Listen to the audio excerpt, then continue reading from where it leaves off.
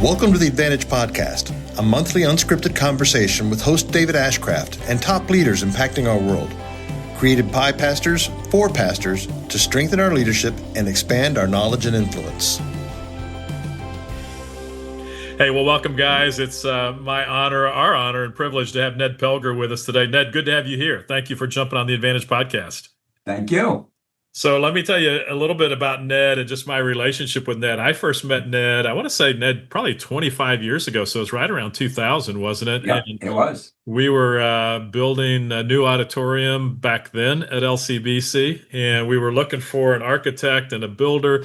And somehow we came across Ned, and it's been a great relationship. And I think you recently told me it's been 40 some building projects you've done for LCBC now. Yeah. Mm-hmm. Yeah, which is amazing. So tell us your history a little bit about just yourself so people know who you are and your involvement in the construction world.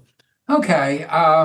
Well, I was a pretty good wrestler in high school and ended up getting a new coach who said, "Hey, you could go to Princeton." And I said, "Where's Princeton?" Well, I wasn't going to go to college. So anyway, I ended up wrestling at Princeton and got an engineering degree. And came out and just realized I liked construction a lot. So I started in construction and got laid off my first two jobs, which was a great thing for a young, arrogant engineer to realize that. Now, why did you get laid off? Do you know? Oh, yeah, they were. It was a terrible recession in that time. Right. So it really wasn't personal, but it feels personal when you have a baby at home and you don't have you're standing in an unemployment line. Exactly. So, but it was actually one of the best things that ever happened because I realized that it's just a job, it's just, and when I had to let people go otherwise, I realized I wasn't, sentencing to death. I was just telling them they needed to find another job. So anyway, yeah, I worked a bunch of different jobs, project manager. I worked as a engineer for a while, architect engineer for a while as I was getting my PE, and ran a construction company for 7 years at GC, and then I went on my own. Not sure quite what I was going to do. I had some health things, and I realized I didn't want to be running a 75-person company, and so I just went on my own. And I thought that maybe I could do this thing where I would be a construction manager and bring various people together, sort of act like a general contractor and but not run anything through my books. My wife was from a plain family, and they didn't do stress well. And I thought, well, I could never have my own business because she could never, she couldn't stand the idea of people, us owing a lot of money. And so, but when I start this, I thought, well, if I'm just working as sort of a consultant, we're not going to be owed millions of dollars and owe people millions of dollars and all that kind of stuff. So I didn't think anybody would necessarily hire me for, why would you hire one person who's sort of, saying they're going to be, your engineer and your contractor? But it turns out, I kept thinking, well, if I was doing that, I'd say, well, what if you get hit by a beer truck? And well, it turns out people don't mostly ask that question. So anyway, people started hiring me, and I've just had a lot of really nice big projects and customers that I've stayed with that was back in 96. So that's quite a few years ago. And yeah, definitely. Yeah. So that's kind of, that's kind of how it came about. So again, Ned, you and I first met right around 2000. It was an LCBC. We were building an auditorium. So back then that was a huge project for us. And what I remember appreciating about you, we were interviewing several architects at the time. So realizing we're talking to pastors who are going through building programs. And it seemed like back in 2000, there were a few architects that focused on church buildings. And when we interviewed those architects and the people that might build the building for us, they kind of came in and told us what they were going to build us. They didn't really even ask what we wanted. It was just kind of like, here's what you need. Here's what we'll build for you. And what jumped out to me and what I loved about you then, and I still appreciate about you now, Ned, is when we met with you and the architects that were working with you, it wasn't about what you're going to do for us. You really asked questions, and you wanted to know what we were looking for, what we needed. And it was very different than what I experienced with architects before. And so why is that? Is that still the case today, where architects tend to come in and tell you what you need as opposed to really letting you just express needs? I guess, they're just trying to get a job, so they're trying to impress and whatnot. I mean, what I recall from that is I had no intention of working with you because when I was working with when I was running the general construction company, we did a church, and I mean, we just got brutalized. They were just they were so full of fear, and the guy who was in charge just really didn't like our project manager. It was kind of a racist thing, and I mean, they hammered us, and I realized, and I sort of went to them thinking they were brothers in Christ, and I was given a good lesson on how not to mix spirituality and business. So So you anyway, learned right away that churches necessarily aren't the best customers, yeah. best So business partners. when somebody called me, a guy I knew called me and said, "Hey, our church is looking to do this auditorium." I said, "Well, I'll sit down and talk with them." I didn't know who you were, and I said, "I'll sit down and talk with them, but I'm not." Building churches sucks. I'm not working for a church building committee. I'm not. So I had no intention of doing it, but I often will sit down. I mean, yeah, I've done that plenty of times with people and sat down, listen to what they're going to say, and listen to what they're thinking, and then say, okay, here's the group I think you should go with, or here's like, you can go this way, you can go this way, you can go this way, but when I met the you and the people involved, it was like, huh, these people seem a little different, and it was also, and frankly, it was a nice big project too. And I thought, well, this is kind of interesting, and maybe this could be okay. So go into a little bit more because again, you're talking to pastors, you're talking to churches. Does first of all, let me just ask you, do most church projects, do they always have a building committee? And is that part of the problem, or what are the problems you faced before with churches so that guys can be careful of staying away from those problems? Yeah, I'd say most churches do. I mean, at LCBC anymore, we don't. We did a few projects that way, and then the staff just got so competent that there just wasn't any decisions for the building committee to make, and eventually it Yeah, just kind of got guys like being involved, but there really wasn't anything for them to do. And at some point, busy people don't want to just waste their time, so there was no right. more building committee. But I'd say most churches do, and that's fine. I work for a fair number of nonprofits, and I mean, I live in this little town of Lidditz, grew up here, and I do the library, I do the Lidditz Rec Center, I do a lot of the nonprofit work, but I think with churches, um, there's a tendency just to have a lot of fear about being a faithful steward of the money, right? Okay. And one of my favorite sayings is that the Bible 365 times says, "Do not fear, do not be afraid." It's the most stated thing in the Bible, but I think it's the least done in churches so many times. There's just a lot of fear, a lot of sense of, well, we're stewards, so we need to be. And what that translates into is we're either not going to make decisions promptly, or we're going to not make decisions ethically. We're going to be afraid of looking bad about spending, where a lot of times the people who would make a better decision in their own personal life won't make it in a church building committee thing Yeah, situation. interesting. So trying to be good stewards, afraid of how they're going to look if they make a bad decision. And Yeah. so does it end up translating, Ned, that people end up making bad decisions as opposed to no Yeah, decisions at it all? does. I mean, at least in my experience, and actually a number of people I work with, and maybe you also expect a little bit more from a church, so it hurts more when you get Yeah. burned. Yeah. I was talking with one friend who said, you're saying it was years ago. He said, but are they that much worse than anybody else? It's but probably not. Maybe Interesting. not. But Yeah. I'm really careful about who I work for, and so I don't want to work for somebody who can't make prompt decisions and ethical decisions. It's as simple as treat other people the way you want to be treated. It isn't any different Yeah. than that. Yeah, exactly. Interesting. Well, I will tell you guys, Ned is one of my favorite people, especially when it comes to construction. And as Ned said, probably the first, I don't know what, 4 or 5, maybe 6 projects, maybe not even that many. We did have a building committee.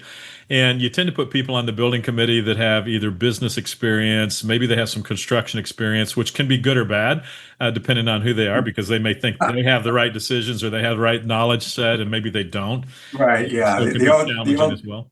the old thing of the house builder telling you every step of the way what to do. And it's like, yeah, okay. Yeah, Yeah. yeah, But a exactly. lot, on the other hand, there's some guys who are in that situation and are great, but they know what they know and they have a sense of what they don't know. And yeah. Yeah, exactly.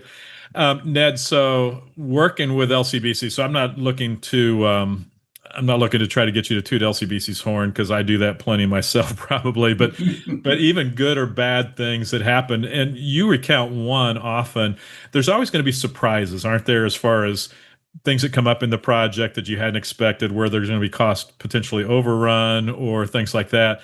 We had one situation come up, and we don't have to say the name of the vendor, where the cost was several $100,000 more than we expected.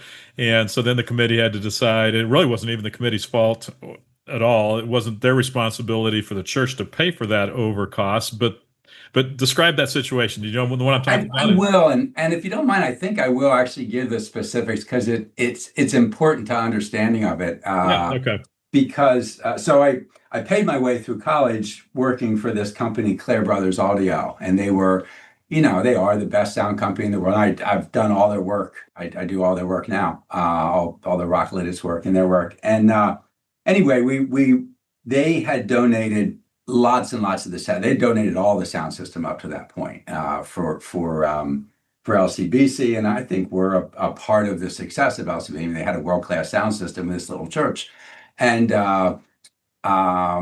so they were doing. We were doing in around 2000. We were doing this new auditorium, and I remember the sound lights and video came in at $1 million, and you were not happy about paying $1 million for sound lights and video. And it was like, but there's this back and forth of is it worth it? And you eventually came around like, and I didn't And have this was like a $7 million project, right? So I mean, yeah, it was a yeah, big it was chunk a of big, that whole yeah, it thing. was a Yeah. big chunk. And my specialty is saving money. That's what I love to do. So I wasn't sure it was worth it, but I didn't have a strong opinion because I didn't know enough. But anyway, we decided to go and we're going through and we're getting near the end of the job and things are looking good. And I approve all the invoices like a general contractor does. And I am going through the invoices and I see that they're, I think, $200,000. They invoiced $200,000 more than their contract amount. And I was like, well, gee, they made a mistake. I contacted them and they said,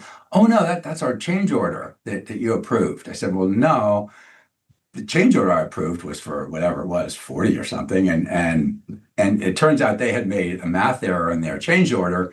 And they were saying, well, we spent all this. And I said, well, I'm a kind of a big believer and you pay for your mistakes and I pay for mine. I mean, I know you did, but we don't have the money. I mean, if you recall on that thing, we were out of money and the big givers were kind of out of money. There were some things going on, and it was a no, it was a bad situation. It was a situation where I was definitely wondering, are we going to be able to pay everybody? So we didn't want to be adding more, and the guys at Claire said, well, can we come in and at least see if we can get our direct equipment paid for? And can we get 75,000? We can probably eat the rest, but can we get 75,000, do you think, out of this? And so sure, come in and talk to the building committee. And they did.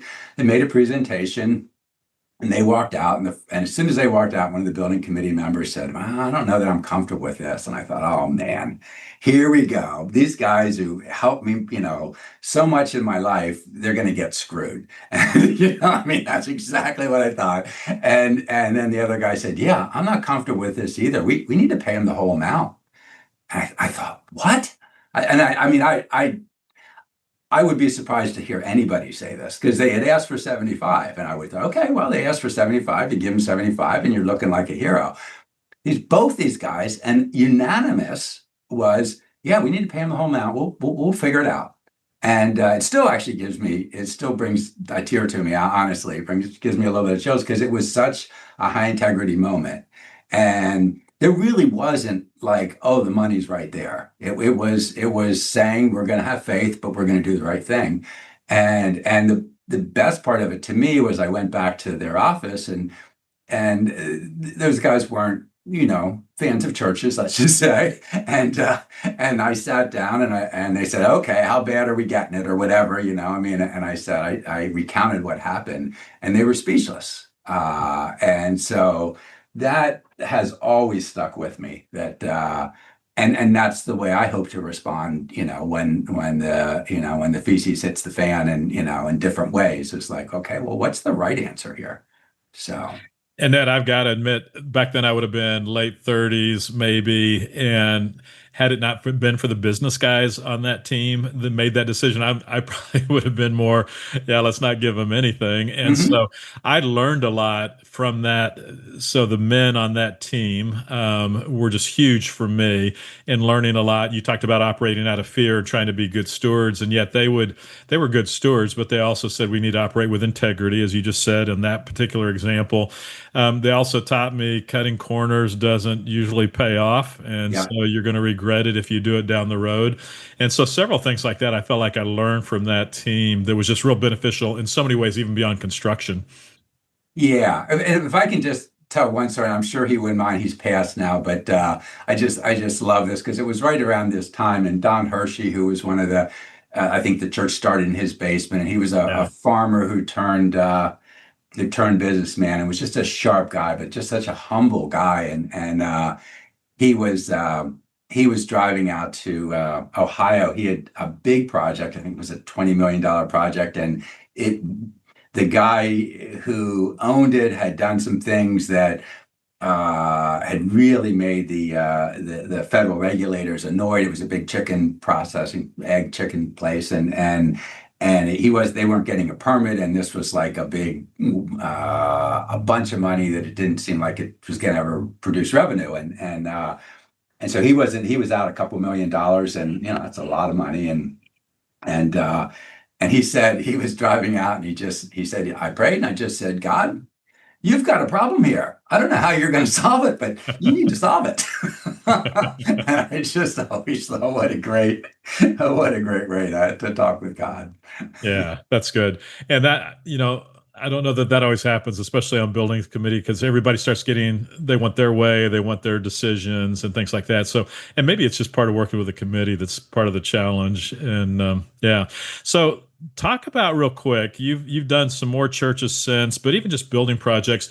What are things if you've got a pastor, if we've got pastors that are thinking about they're going to go into a building project, what kind of things ought they be thinking about that maybe typically churches don't even think about when they're going into construction? I mean, part of it is, what I found interesting at LCBC, Ned, when we built that auditorium for $7 million, we knew we were going to run out of space for kids' space and things like that, but we didn't have the money to go further. And so I got criticized with people saying, well, you were short-sighted. You should have, built a $15 million building and done all of it. Well, we couldn't have. We would have never built Mhm. any of it because we didn't Yeah. have the money to do that. And so, what are things that people ought to be thinking about as they go into these building projects that you think would be beneficial for them to hear? Yeah, a couple things come to mind. One is, think about your highest value. I was involved with someone who they had an architect involved before, and they were going to build their office space first. They're going to build a big office space project, and then they were going to go do this, and it was all going to be kind of fancy, and it was going to be 10 years till they could build, the big auditorium that they Yeah, really thought they needed. And I got again, it was something I had no intention of working for him. God drugged me into it, actually, against my will almost. But I did end up working for him. But I said, guys, this doesn't make any sense. You need to simplify dramatically. You're not building a monument to yourselves or to the architect here. I'm pretty skeptical of architects generally. So, you have to really manage that it doesn't become a monument. And I think you should be building at good costs. And so, you need to simplify the vision of the building design, and you need to get the thing that matters the most, which for them was an auditorium. You need to get this building. We actually, on that one, we ended up, I presented a pre-engineered metal building as a cost savings way, and we built it as a pre-engineered metal building, and they thought it was going to be, the whole thing was going to be 20 million, and we got done what they needed to get done for like 11. that's great. That's amazing. And Yeah. and yeah, it was a big difference. And But we simply, you really have to, simplify design, and you have to, like, you make a big mistake if you just figure the architect's going to do all the thinking of the design. You have to be pushing them. You have to be engaged. One thing that I did actually learn from you was you hate tight corridors. And I've always pushed for tight corridors because they save money. And I started to argue with you on the tight corridors. And at some point I realized I'm going to lose this. So I'm just going to stop arguing. And what I saw was, yeah, they do cost a little bit more, but the flow is such an important part for how people feel that it's worth it. Like I don't generally push for tight corridors almost any place anymore, because a little bit of extra room there just makes everybody feel better. And so that's another thing that, really thinking through the flow, which is basically thinking about success, saying, okay, if we do this, and it's, you can't expect everything always to be more popular than you expected, but you, I think, can hope and pray it's going to be. And if it is, how's it going to work? If and those little things of people just feeling a little too pushed tight together is a fairly big deal. So yeah, I know when the architects came in and made their presentations, they were presenting long rectangular buildings with pews and all the windows and just fancy, so almost a monument, to your point. Yeah. And I remember saying I wanted to look more like a shopping mall than a monument. And so the big corridors. Talk a little bit more about you said the value first, because I watch churches make this mistake all the time, not only in buildings, but with staff or things like that, where they'll hire somebody that will make it easier for the work that they're doing, but it's not going to bring any more people into the church. Or to your point, offices would make it nicer for the staff, but it's not going to there's not anybody that's going to go, oh, let's go to that church because they've got nice offices. Nobody's going to say that. And so just the value. And so, helping people line up the proper value, what's going to bring the biggest return really is what you're saying. It is, and having that really clear focus of that was the thing with LCBC that most impressed me, I think, of all the different stuff, was that clear focus through the project of how does this impact the person how's this help somebody come to Christ?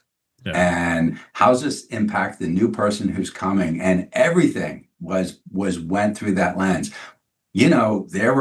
People were wild, if you remember, that we didn't have a center aisle because, well, my daughter's not going to be able to get married there without a center aisle. And it was a big discussion. I think you broke the tie of like, this isn't about your daughter getting married. Go to a wedding chapel, which people do not like to hear. Your big givers do not like to hear that I just gave, $500,000 to this facility that I won't be able to get my daughter married in. But everything was about how does it affect, what is our purpose here? And I had never heard that before, but you'd said that a lot, that, if people are going to be comfortable, it should feel like something they're comfortable in. The music should feel like something they're comfortable with.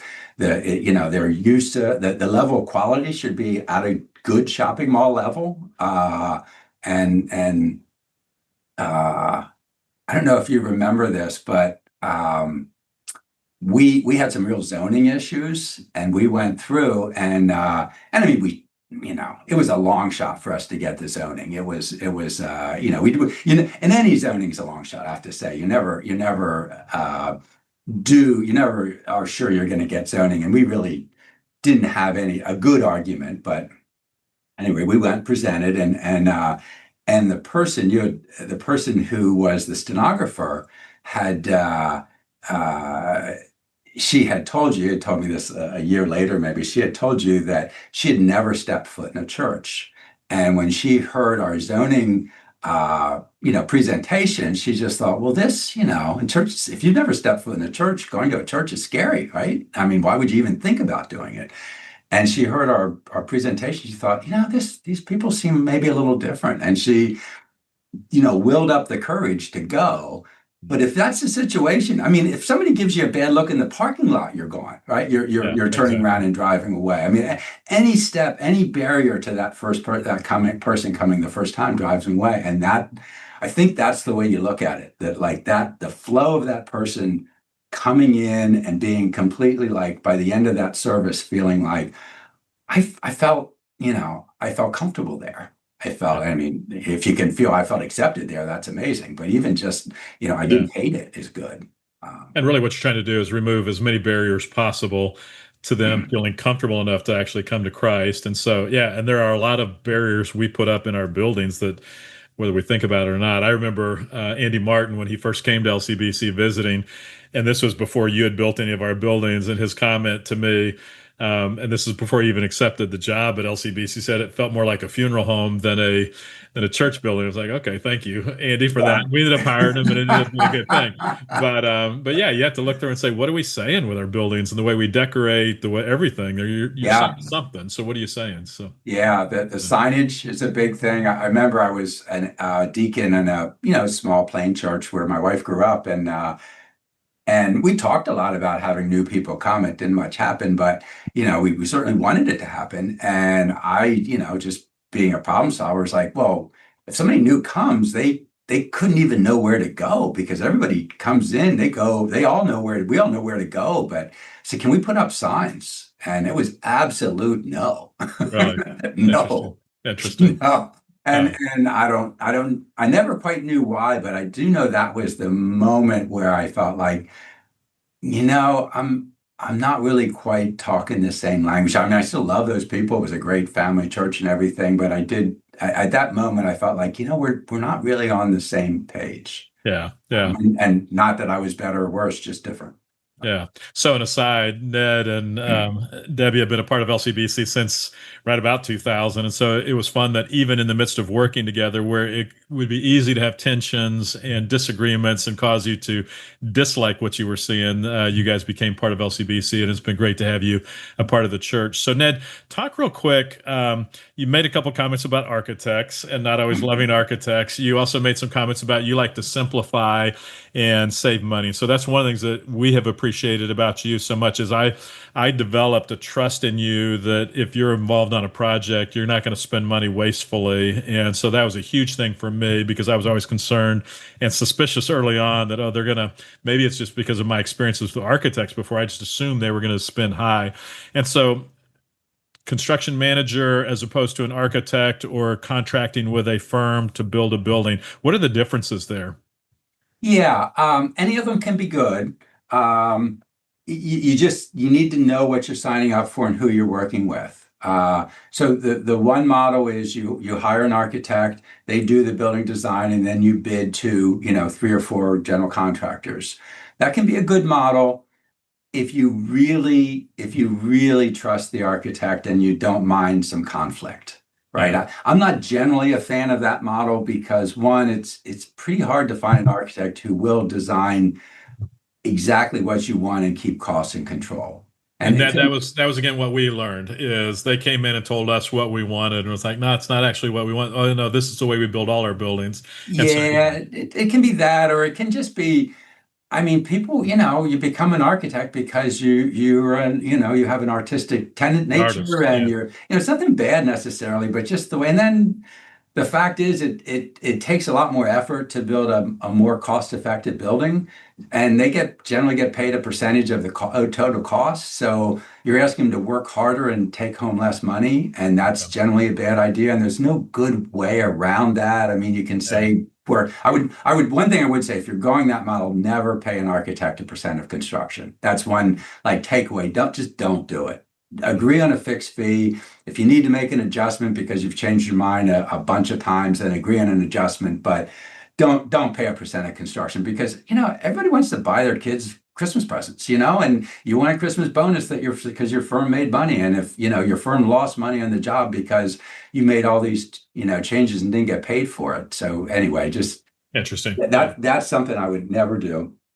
So like I said, it can be okay to just hire an architect and get 3 bids. But when you do that, the low bid has to be the person who's been most aggressive. So they probably cut their fee down. They probably maybe hired subs that weren't quite as good. So I'm not generally a fan of that for churches. There's places to do it. If you're building a shopping mall, everybody knows the rules. Nobody, they get done almost the exact same way each time. And, that's a better model for there. I don't think it's a great model for a church. I also don't think, they do end in disputes fairly often, and churches aren't great with, those kind of And disputes. why do you say that? What kind of disputes do they end up in? Well, because the whole nature of it is a dispute. The architect draws a set of plans, the general contractors bid on them, Okay. but then, well, what wasn't clearly shown, and that's where the Okay. disputes come. Okay.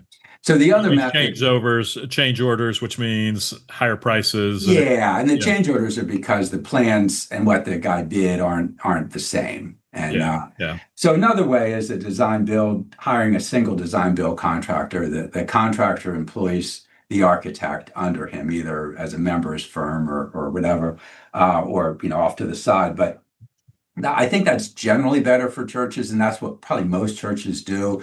And that way you can pick somebody who has satisfied a lot of other churches. You can see what their track record is, and at least you're hiring a contractor who deals with the costs every day. So you're more likely to get some value built into your project that way.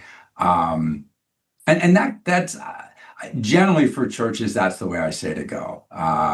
The way I do it, there aren't a lot of people that do what I do. I'm a one-person firm, and I've helped maybe like 7 other people go into their own small firms that support what I do. So, and I don't run anything through my books, so we don't ever have overhead and profit on our projects. The way we do it is just super efficient, but there aren't a lot of people that do this.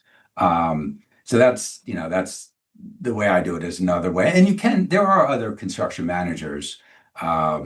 Again, I'd say you want to be really careful who you decide to work with. It definitely is worth a lot of time doing evaluation ahead of time. And even you saying that, Ned, it may not be so much a matter of what style, meaning architect and a construction company working together, or design build, or construction manager. It may be more important who is the person you're working with. Do you trust them? May be the biggest piece of it. So yeah, know who you're working with. It is, and always be aware. This is another, I think, important takeaway. Always be aware of who's selling you the job and who you're actually going to work with, because generally there's some impressive person who's either a partner or a salesperson who comes in and is wonderful, but once the deal's signed, they only come back if there's a big problem. Yeah, and like knowing who's actually doing the work. We made a decision. We were going to work with one local architecture firm, if you recall, on LCBC, and I liked them. I've known them for years, and I thought they were great guys, and that's who I thought we should probably work with. But I didn't care. And then somebody else had found this firm that was 2 hours away, and they had done more of this style building, but and they gave the goofiest presentation. I mean, they were not good sellers, but but we knew it was the 2 guys' names. It was Man Hughes. And Man Hughes were the 2 people we were going to be working with. And it was a funny thing, because after the presentations, both architects presented in the same day, the deal, and I thought, well, sure. I mean, I thought everybody would have thought, well, Beers, the other firm that presented, was going to be getting the job. And the request by you guys was, well, let's take 2 weeks and pray about it and come back. And we came back, and it was almost overwhelmingly in favor of Man Hughes, which really surprised me, but was absolutely the right pick, because they were just simply wonderful. We still work with them.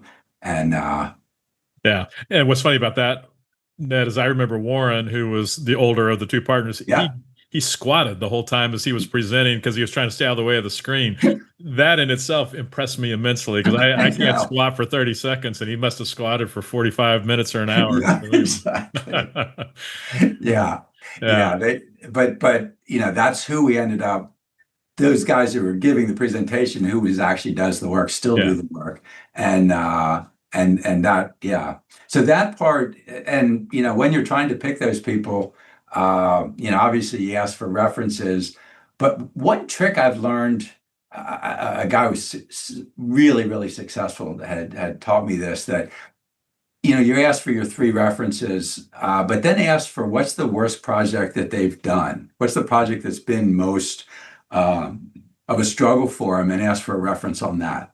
Interesting. And obviously if people lie, they can, but then I think you can kind of see, like if they give you a Yeah. project that really wasn't a bad project, but I know the guy did it to me. I gave him a project we ended up in arbitration on. Yeah. And he called, it was a school, and he called the person, and she actually she said, yeah, we really saw it and we won the arbitration and it cost them a lot of money. And she said, yeah, I mean, uh, it was a challenging thing, but she felt our integrity was good. It Yeah. was just That's we good. saw different sides, and that's a good question to ask and to try to run down because again, we're always trying to find the good in people, but this is a situation where you're trying to look for some of the not so good too. Yeah. Like Yeah. how Exactly. how do they fail? Yeah. So I think trust is a huge piece. And Ned, one of the things that, like I said, I developed a trust in you and I had confidence in you that you were going to be looking out for us. What are ways to bring prices down? What are the things that drive cost up in a building? And what are ways that you look at to save money on a building? And I know you were always pushing. It was funny. Rarely am I ever in a position where I'm saying, no, let's spend more money. But with Yeah, you, I'd go, yeah, let's spend a little more yeah, money here. Let's not do it quite that cheap. So, but yeah, what are ways to keep a project cheaper? yeah. Well, Or reduce the cost. I shouldn't yeah, say cheaper, absolutely. but Yeah, keep it more a better value. I always, when I look at doing a project the most efficient way, I always start with the structure and the heating and cooling system. And because those two things work together, that's where there's a ball. If you're going to build it in an efficient way, you need to have the structure and the HVAC system sort of worked out to start, and then everything else follows behind that. Even the flow, the layout, and everything follows behind now that. that's funny. I would never think an architect would say that. I would think they would say, let's start with a design that's going to look flashy or whatever. But Yeah, would they think the yeah. same way, or is that unique to you as an engineer? Yeah, I think that's unique to me. I've never heard Yeah, anybody else say it, but I interesting. think it is. That's what I see as, and you sort of say, okay. And when I say structure, it's like, well, is this going to be steel bar joist? Is it going to be a pre-engineered steel building? Is it going to be wood, glulam wood? Is it going to? So you sort of think of that, and then you think, is this going to have rooftop units sitting on the roof? Is it going to have? And as you recall, at LCBC, we decided that the sound was important to us and we wouldn't put rooftop units on the roof. We didn't want that during prayer, that whoa Yeah, sound. So we put them out back. And so that changed the design, it changed how you slope things. And so we did start with that. We sort of so like and the HVAC is, that's a big deal. So yeah, I think you think about the structure and you think about the HVAC, and then you've got kind of like, okay, well, this is a parameter, these are two big parameters. And then you think about how do we want people to flow? What do we want this thing to do? And then only then do you start thinking about what's it going to look like. interesting. That, Yeah, that's yeah, that's the way I would do it. That's the way I yeah. did. That's great. What are mistakes people make when they're looking at buildings? Um,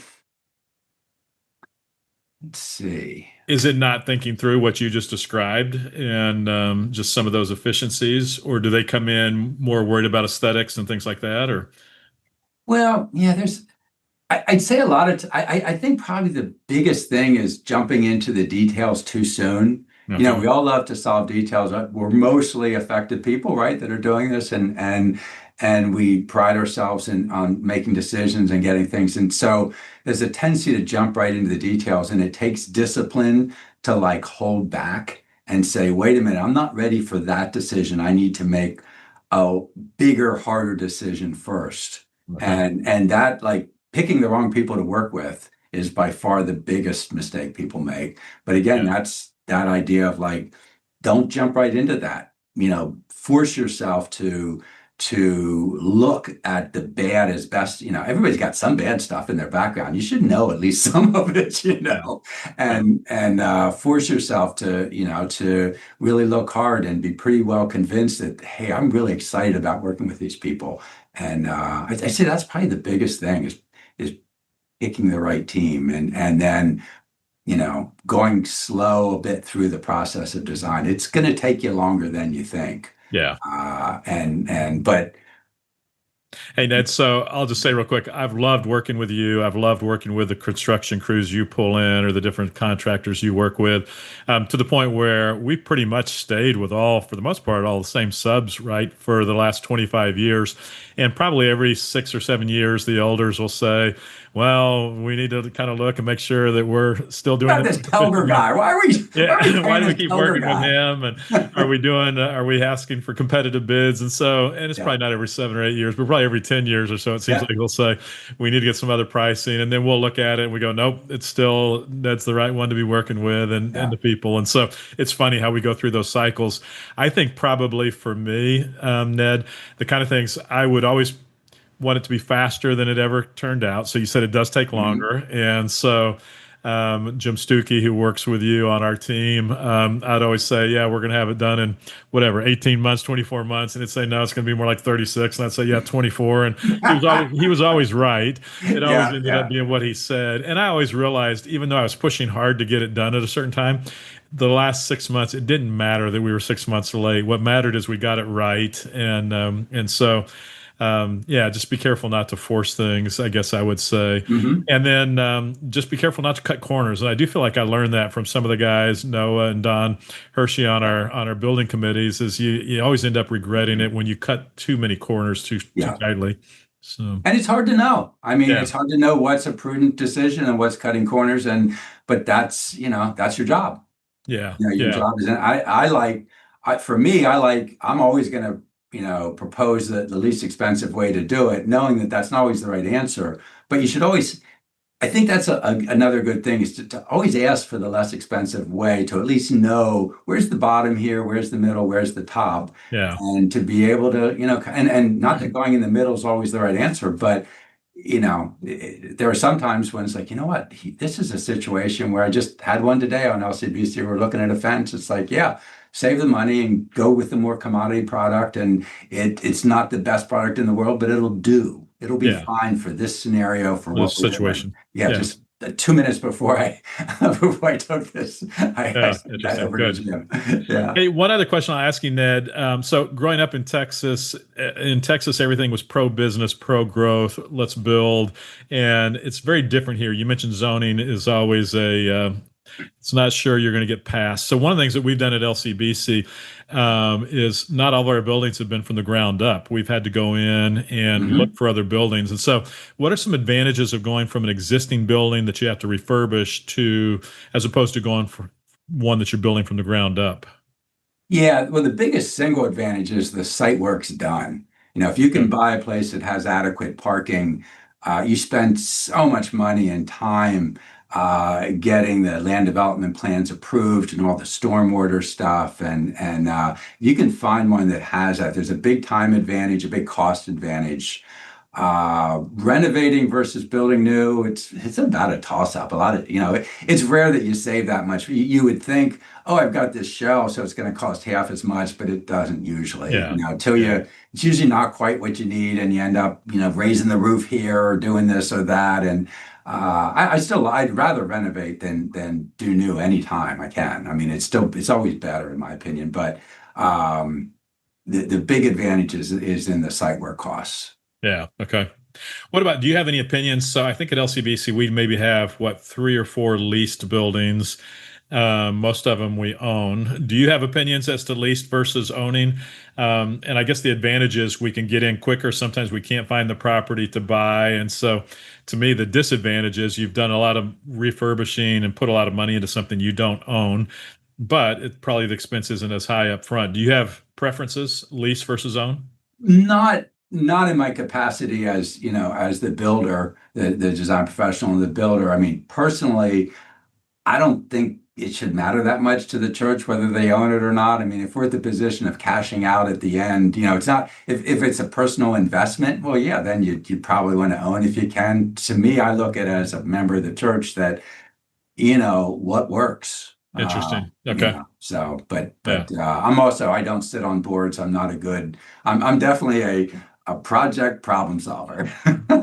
So I'm not a good big picture guy. Yeah, well, cool. Hey, it's fun talking to you. Very fun working with you, Ned, over the years, and appreciate all that you've done and continue to do for LCBC and just other churches and business as well.